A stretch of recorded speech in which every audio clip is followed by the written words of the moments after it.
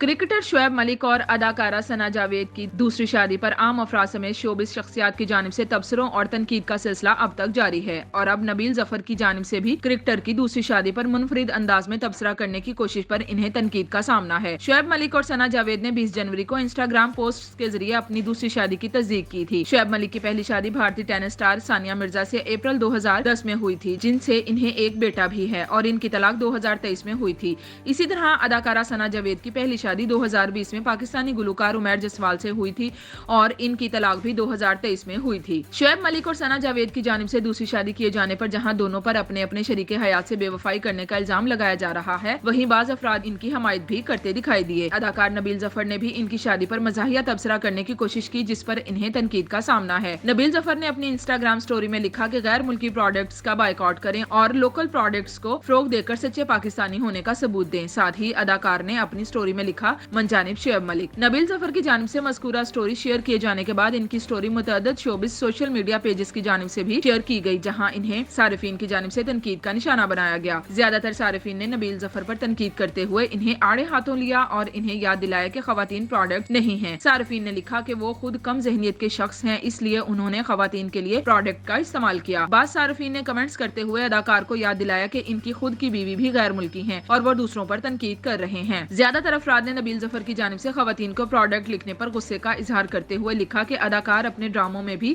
ایسی ہی زبان استعمال کرتے ہیں۔